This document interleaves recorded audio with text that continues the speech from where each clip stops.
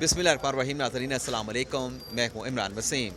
नाज़रीन, supreme court में जिस फैसले का इंतज़ार किया जा रहा था, अब से कुछ देर पहले वो फैसला अदालत उज़्मा की जानिब से सुना दिया गया है। और वो फैसला हैरानगी की बात है कि किसी जज की तरफ से नहीं, बल्कि कमरा अदालत नंबर 1 के जो कोर्ट एसोसिएट हैं, उनकी जानिब से फैसला सुनाया गया है। फैसला ये सुनाया गया है कि मुकदमे की समाअत को कल तक मुलतवी कर दिया गया है और ये कहा गया है कि नया जो बेंच होगा, उसमें जस्टिस अमीनुद्दीन खान जो हैं वो बेंच का हिस्सा नहीं होंगे और बाकी जो बेंच है वो इस मुकदमे की समाअत करेगा। मुझे तो ये समझ आई है। हमारे साथ मतीउल्लाह जान साहब भी मौजूद हैं, सीनियर सहाफ़ी हैं। उनसे जानने की कोशिश करते हैं कि अगर ये फैसला सुनाना था तो फिर इतना तवील घंटों का इंतज़ार क्यों करवाया गया। मेरे ख्याल में शायद चीफ जस्टिस ऑफ पाकिस्तान ने कोशिश की है कि अमीनुद्दीन खान साहब के बेंच छोड़ने के बाद उनकी जगह किसी भी जज को मना सकें कि वो बेंच में आ जाएं। और अगर कोई जज फौरी तौर पर मान जाते तो शायद आज ही के दिन वो दोबारा से 5 रुकनी बेंच समाअत शुरू कर देता। और यही चीफ जस्टिस ऑफ पाकिस्तान की एक किस्म की बड़ी कामयाबी होती कि थोड़ी सी देर के बाद अमीनुद्दीन खान की जगह कोई और जज आके बैठ जाता और बेंच समाअत का सिलसिला वहीं से शुरू करता जहाँ से टूटा था और फिर आज कोई प्रोग्रेस हो जाती है उस केस में। मगर लगता ही है कि कुछ जजेस शायद अवॉइड कर रहे हैं अब इस बेंच का हिस्सा बनने से। इसीलिए एक ऐसा हुक्म जारी किया गया है जिसमें ये ऑप्शन ओपन रखी गई है कि या तो वही बेंच 4 जजों का वो कल समाअत करेगा या फिर उसमें ये कहा गया है कि कोई भी ऐसा बेंच जिसमें जस्टिस अमीनुद्दीन खान शामिल ना हो। तो इससे ये तासुर मिलता है कि इस बात का इम्कान है कि वो बेंच जो है उसमें एक नया जज शामिल हो जाए। मगर इस बात का भी हो सकता है वही बाकी 4 जजेज रहें। जी हाँ, और इस बात का भी है कि वही 4 जजेस 20 को रहें। मगर फिर इसमें इस बात का भी इम्कान है और एक किस्म की एक ऑप्शन है ओपन है कि वो कोई मज़ीद लार्जर बेंच बन जाए या फिर फुल कोर्ट हो जाए। तो ये ऐसा ऑर्डर है कि जिसमें तमाम ऑप्शंस कल सुबह 11:30 बजे तक चीफ जस्टिस उमर अता बंदयाल के पास मौजूद रहेंगी और इससे उनको एक मौका मिलेगा तमाम जजेस से गुफ्तगू का और तमाम जजेस के साथ इस मामले पे बात करने का कि कौन कौन किसी भी नए बेंच का या फुल कोर्ट का अगर है तो वो हिस्सा बनना चाहता है। तो ये एक अच्छा ओपन एंडेड किस्म का ऑर्डर है और इसमें ये नहीं कहा गया कि वही 4 जज सुनेंगे और इसमें ऐसे लग रहा है कि शायद वही आएंगे। मती भाई ये बताएं कि जिस अदालती फैसले से ये पसूड़ी सारी शुरू हुई, आज अमीनुद्दीन खान साहब जो हैं वो बेंच से रिक्यूज़ कर गए। उस बेंच के जो तीसरे रुकन थे जैसे शाहिद वही साहब, उनका नोट भी आ गया है। लेकिन उनके नोट पे आने से पहले आप क्या ये समझते हैं कि अमीनुद्दीन खान साहब को बेंच से रिक्यूज़ करना चाहिए था या बेंच में बैठ के उन्हें ये बावर कराना चाहिए था कि हमें ये प्रोसीडिंग रोक देनी चाहिए? देखिए, नोट का अमीनुद्दीन खान साहब के फ़ैसले से कोई ताल्लुक़ इसलिए नहीं है कि वो जो भी नोट होता है वो तमाम जजों ने पढ़ा होता है, वो सिर्फ पब्लिक नहीं हुआ होता। तो मुझे यकीन है अमीनुद्दीन खान साहब को मालूम था जस्टिस शाहिद वहीद ने क्या लिखा है और किन नुक्तों पे उनका इख्तलाफ है। नहीं मतलब मेरा ये सवाल नहीं था, मैं वो शाहिद वही साहब के नोट पे मैं बाद में सवाल करता हूँ। लेकिन मैंने कहा कि जो आज रिक्यूज़ल हुई अपने अमीनुद्दीन खान साहब की फैसले के मुताबिक तो कार्रवाइयों से रुका गया आर्टिकल 184(3) के मुकदमात से, तो क्या उन्हें रिक्यूज़ करना चाहिए था या बाकी बेंच को भी कहते कि आप समाअत ना करें?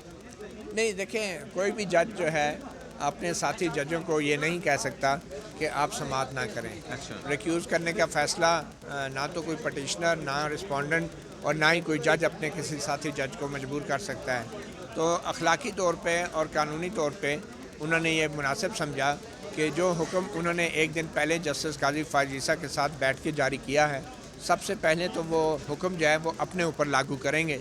इसके बाद किसी और की बारी आएगी।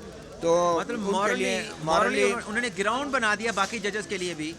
देखिए, एक जज ने जब एक कॉन्शियसली एक फ़ैसला कर लिया है कि जो सो मोटो के अख्तियारात हैं सुप्रीम कोर्ट, वो जो इस तरह इस्तेमाल हो रहे हैं वो नहीं होने चाहिए और उन्होंने ये फ़ैसले पे दस्तखत कर दिए हैं कि तमाम सो मोटो की कार्रवाइयाँ रोक दी जाएँ, तो वो तो एक लम्हे के लिए भी किसी ऐसी सो मोटो कार्रवाई का हिस्सा नहीं बन सकते थे। तो इसलिए फ़ौरी तौर पे ये फ़ैसला करना जस्टिस अमीनुद्दीन खान के लिए बहुत ज़रूरी था, क्योंकि अगर वो ऐसा ना करते तो वो अपने फ़ैसले की नफ़ी करते और फिर वो सुप्रीम कोर्ट से, चीफ जस्टिस से या दूसरे जजों से तवक्को नहीं कर सकते थे कि वो उनके फ़ैसले पे अमल करें और सो मोटो कार्रवाई रोक दें। मती भाई, जो अपना शाहिद वही साहब का नोट आया है उस नोट में जो ख़ास बात कही गई है, एक तो कहा जी बेंच बिल्कुल ठीक बना था, और जो जस्टिस कादिर फाइज ईसा साहब ने और अमीनुद्दीन खान साहब ने एक केस के अंदर से नया केस निकाल के नया फैसला दे दिया। अगर इनकी ये बात मान ली जाए तो फिर तो जो इजाज़ुल एहसन साहब और नकवी साहब ने किया वो भी गलत था फिर। देखिए जुडिशल साइट पे जो कुछ भी हुआ, अब ऑब्वियसली जो भी मुतासरा फरीक है या फिर अगर सुप्रीम कोर्ट मुतासर है, ये जो सारी प्रोसीडिंग चल रही है जो सुप्रीम कोर्ट में के इर्द गिर्द घूम रही है, वो तो सारी उसी कार्रवाई से निकली है ना कि जो एक सर्विस मैटर था गुलाम महमूद डोगर का, सीसीपीओ का, उसी से बेबी बच्ची से बच्चे निकलते जा रहे हैं, बच्चों के जन्म से जन्म सामने आ रहे हैं, ये तो सारे उसी से निकले हैं। तो फिर नहीं, आपकी बात दुरुस्त है। देखें ये तजाद तो है ना कि एक पुलिस अफसर के तबादले के केस में आपने न सिर्फ ये कि सुओ मोटो, बल्कि सबसे पहले तो आपने सुओ मोटो अख्तियार इस्तेमाल भी कर लिया और चीफ इलेक्शन कमिश्नर को तलब भी कर लिया और चीफ इलेक्शन कमिश्नर पेश भी हो गए। बाद में अपनी गलती पे नादम होने की बजाय आपने उस गलती को छुपाने के लिए जस्टिस इजाज़ुल एहसन, जस्टिस मुज़ाहिर नकवी ने एक नोट बना के भेज दिया चीफ जस्टिस को, दूसरी गलती कर दी कि अब इस पर सुओ मोटो लिया जाए। सुओ मोटो तो आप पहले ले चुके हैं, आप तलब कर चुके हैं एक आइनी ओहदेदार को, जबकि 5 जजों का एक फ़ैसला था कि कोई भी बेंच जो है वो किसी सरकारी ओहदेदार को तलब नहीं कर सकता और ये अख्तियार सिर्फ सुओ मोटो इन्वोक होने के बाद एक्सरसाइज किया जाएगा। तो अपनी ये गलती को छुपाने के लिए जब आपने काम किया तो फिर आप दूसरी गलती हुई, नोट लिखा गया, फिर गलती हुई, उसको नोटिस भी हो गया, फिर उस बेंच में बैठ के फिर आप चौथी चले बेंच की बात कर रहे हैं, 5वीं फिर फैसला भी आ गया। तो मेरे ख्याल में ये जो अभी फैसला आया है इसमें हमने ये देखना है कि मुतासरा फरीक फिर इस फैसले के जरिए उन्होंने अपने शाहिद वहीद साहब ने इजाज़ुल एहसन और नकवी साहब को चार्जशीट तो नहीं कर दिया? नहीं, मेरे ख्याल में इंतज़ामी साइड पे आप किसी भी जज को उसके अदालती फ़ैसलों की बुनियाद पे जवाब तलबी उसकी नहीं कर सकते और मुझे यकीन है कि ये जो फ़ैसला अगर रजिस्ट्रार सुप्रीम कोर्ट समझता है कि फ़ैसला दुरुस्त नहीं है तो वो इसके ऊपर नज़रसानी की दरख्वास्त दायर कर सकता है रजिस्ट्रार सुप्रीम कोर्ट, अगर वो मुतासरा फरीक है। जस्टिस कादी फाइसा के फैसले के खिलाफ एग्जैक्टली अगर सुप्रीम कोर्ट या चीफ जस्टिस समझते हैं कि ये फ़ैसला दुरुस्त नहीं है तो कहीं ना कहीं तो इसके ऊपर अपील होनी चाहिए ना, या कोई नज़रसानी होनी चाहिए।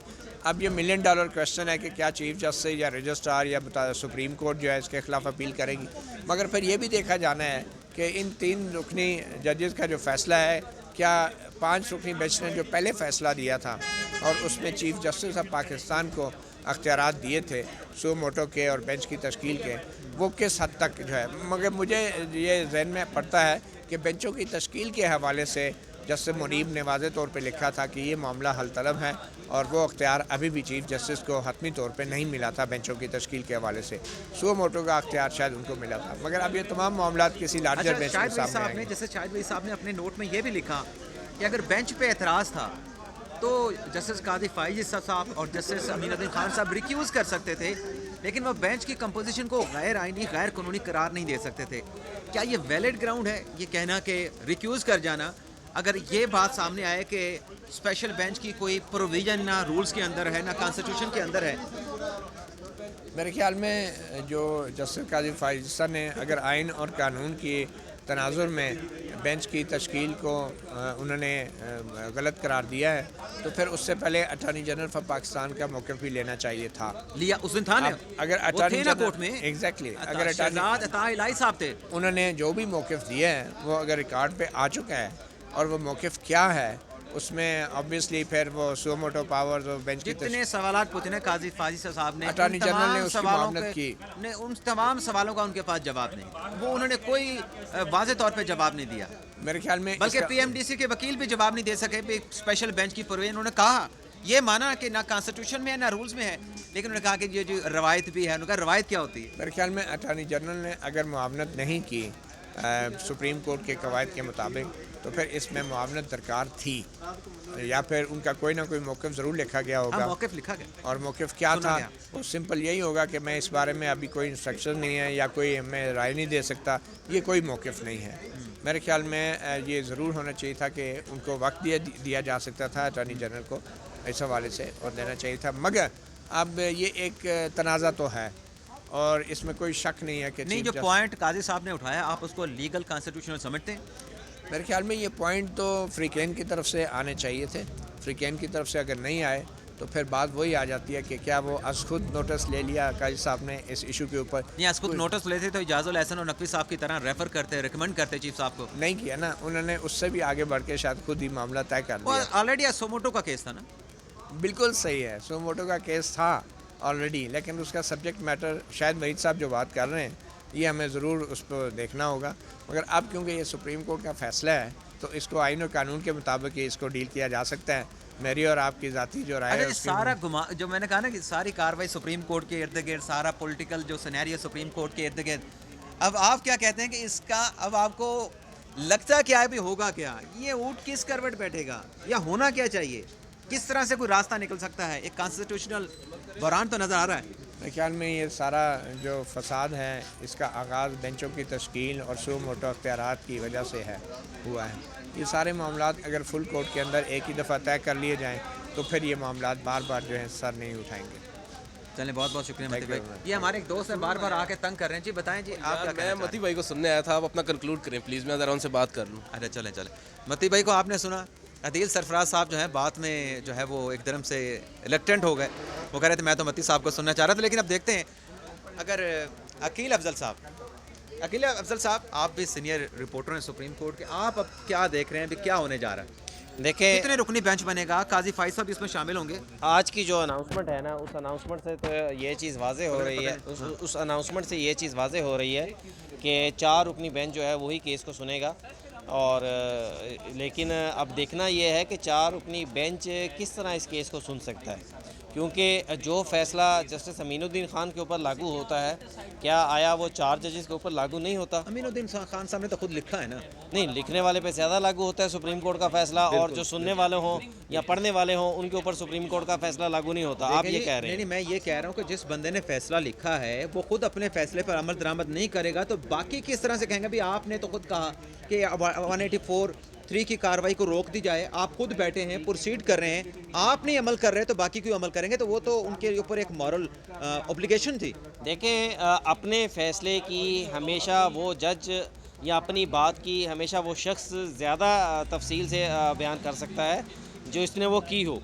तो अगर इस हिसाब से देखें तो जस्टिस अमीनुद्दीन ख़ान जो कि इस फ़ैसले के ऑथर जज में शामिल थे, अगरचे काजी फाइज ईसा ने लिखा लेकिन उन्होंने दस्तखत ज़रूर किए, तो उनके इस अमल से ये चीज़ वाज़े हो रही है कि कल का जो जस्टिस काजी फाइज ईसा का फ़ैसला था वो इस बेंच के ऊपर लागू हो रहा है। अब अगर धौंस धड़ल्ले से बेंच केस सुनना चाहता है तो उसके ऊपर धौंस धांधली से, धौंस धड़ल्ले, अच्छा, धांधली तो वो इमरान खान का लफ्ज़ है, पीटीआई का लफ्ज़ है। अच्छा। धौंस धड़ल्ले से अगर बेंच जिस तरह हम अगर पहले भी कार्रवाई हम देखें कि चीफ जस्टिस साहब के सामने बेंच के हवाले से मुख्तलिफ एतराज़ात किए गए, सुप्रीम कोर्ट के 1 मार्च के फैसले पर एतराज़ात। आपको लगता है 5वें जज के तौर पे काजी फाइज को शामिल कर लेंगे? नामुमकिन 5वें जज के तौर पर अगर काजी फाइज क्या किसी और भी जज को शामिल करते हैं उसके 2 इम्पैक्ट्स होंगे ना। एक तो ये है कि केस असुर-ए-नौ स्टार्ट हो जाएगा, दोबारा से सुना जाएगा, और फिर ये भी देखना होगा कि जो 5वां जज आता है नया वो इसके ऊपर क्या फ़ैसला करता है। अगर वो जज शामिल होने के बाद बेंच में आकर बैठकर वो भी कह दे कि मैं नहीं सुनता, सारी कार्रवाई ज़ाया हो जाएगी। और जिस तरह से चीफ साहब इस केस को चला रहे हैं और उससे लग रहा है कि चीफ साहब इस केस को फौरी तौर के ऊपर निपटाना चाह रहे हैं, फैसला करना चाह रहे हैं जल्द अज जल्द। आइन जो है वो दरवाज़ा खटखटा रहा है। अभी तो बड़े मराहल है ना, अभी तो बड़े मराहल हैं। देखें ना, अटार्नी जनरल ने बहुत सारे ऑब्जेक्शन उठाने हैं। चलें, ये काजी फाइज वाले फैसले को आप निकाल दें, चलें, उससे हट के बहुत सारी चीज़ें आनी हैं। बल्कि ये फैसला अभी भी डिस्कस होगा। अगर ये प्रोसीड करते हैं वो कहेंगे भी आप प्रोसीड कैसे कर रहे हैं। बिल्कुल ये भी होगा। फिर जैसे इजाजुल एहसन के ऊपर सुना है कि वो एतराज़ उठाने जा रहे हैं, फिर 3-4-2-3 फैसला इसका भी एतराज़ उठाना है। तो अभी तो मामला ये किसी करवट बैठते हुए नज़र नहीं आ रहा। नहीं, मामला देखें, आपकी बात बिल्कुल ठीक है। मैंने यही कहा था कि चीफ साहब जिस तरह इस केस को चला रहे हैं, शुरू में एतराज़ात उठे सियासी जमातों को, उन्होंने कहा जी आपका तो मसला ही नहीं है इलेक्शन, आपको अगर ज़रूरत पड़ेगी तो हम इस केस में सुन लेंगे। मतलब चीफ साहब ने ये कह दिया कि इलेक्शन जो है सियासी जमातों का मसला नहीं है, उनको सुनने की ज़रूरत नहीं है कि इलेक्शन कब हो। फिर यकीन दहानियाँ उनसे क्यों ले रहे हैं अगर उनका मसला नहीं है? दहानियाँ अटॉर्नी जनरल के जरिए ले रहे हैं, हुकूमत से। कल पॉइंट आउट करके फ़ारूक नाइक को कहा, अकरम शेख को कहा, कामरान मुर्तज़ा को कहा कि आप भी यकीन दहानियाँ दे इंस्ट्रक्शन ले लें। ओ भाई, वो आपने वो नहीं सुना, मीठा मीठा हाफ हाफते हो क्या कड़वा कड़वा थू थू।